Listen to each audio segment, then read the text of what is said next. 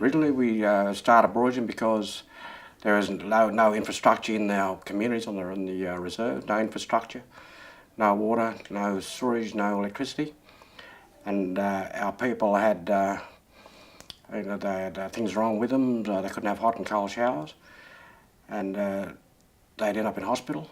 And the hospital in Kempsey had a term called the boomerang effect, where our people would go in and they'd be out and they'd be back in and then back out. Some of these people who were in wheelchairs lived in the backs of cars or in old shacks with windows broken, you know, and in really bad conditions on the reserves.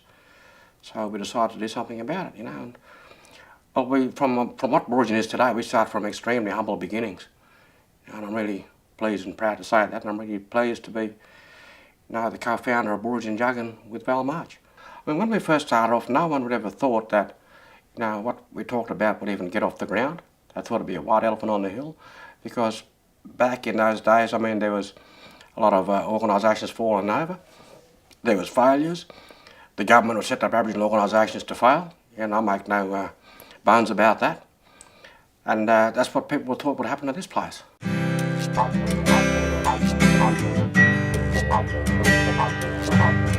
The training here at Booroongen is, through our college, is pretty unique. It's very unique. You have Aboriginal trainers who deliver the training, and our trainers are all not just qualified in the training that they deliver, but they also have that experience in the area that they're training in. Our training covers all various aspects of hospitality, administration, natural resource management, aged care, into primary health care, building, trades and all that sort of stuff. Now there's a whole gamut of training you can do here through Booroongen. With an aged care certificate you can become aged care workers, or from there you can go into administration, and or hopefully go into the assistant nursing and rural nursing, and then become an RN. Now, which would be a good pathway for some young men and women, because there's a huge demand for Aboriginal nurses.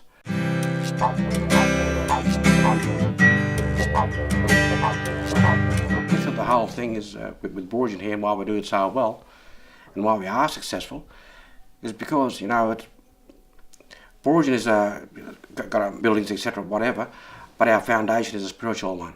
The spirituality of Aboriginal people permeates, which makes us really, really strong, because it comes through from the ground up into everybody else.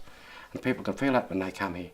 And it's the same with health and with the training, because it all interrelates and becomes one.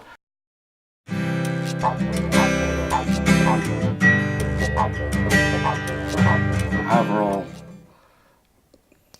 scheme of things, we've done wonders here: employment, training and creation. A facility which is, owned by the community, driven by the communities, community controlled, and we've done great things. We've when we first started off, back then, the unemployment rate amongst Aboriginal people was 99%. On the reserves it would have been 100%, and since we started our training and employing our people with us, and they've just gone into other organisations, or because of their training which they've had and the quals that they've got, they've gone into other things, and they've gone to further, including the university. Some of those people are professional people now, and it's had a fantastic impact. Didn't ever think that would happen, but it did, and I'm pleased it did. How can it close the gap? By additional funding to RTOs, or lobbying in the government on behalf of RTOs for additional funding. In the case of, like Booroongen, for base funding, and more staffing positions, because as the demand grows for more training, more qualified Aboriginal people in the industry, and it's going to happen, it creates more jobs within the RTOs itself and more positions. So they go hand in hand. So now more money from the government through Close the Gap and other initiatives would be a benefit, and a beneficial not just to our services but to other Aboriginal services across Australia. If they want to close the gap, let's be fair dinkum about it.